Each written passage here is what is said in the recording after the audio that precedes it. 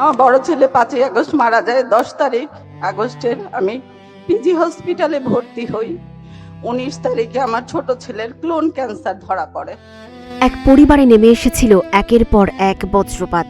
ফ্যাসিস্টের গুলিতে 5 আগস্ট মারা যান বড় ছেলে। ঠিক তার 7 মাস আগে ব্রেইন স্ট্রোকে মারা যান বাবা। বড় ছেলে মারা যাওয়ার ঠিক 14 দিনের মাথায় ধরা পড়ে ছোট ছেলের ক্যান্সার। জুলাই জাতীয় সম্মেলনে এমনই এক হৃদয় বিদারক ঘটনার বর্ণনার সাক্ষী হন সবাই। কি আছে, আমি এই দুঃসময়ে আমার ছোট ছেলেকে বাঁচানোর লড়াই এতটা অসহায় হয়ে যায় যে আমি ক্যান্সারে আক্রান্ত ছোট ছেলেকে বাঁচানোর লড়াইয়ে এমন কোনো দরজা নেই যেখানে তিনি যাননি।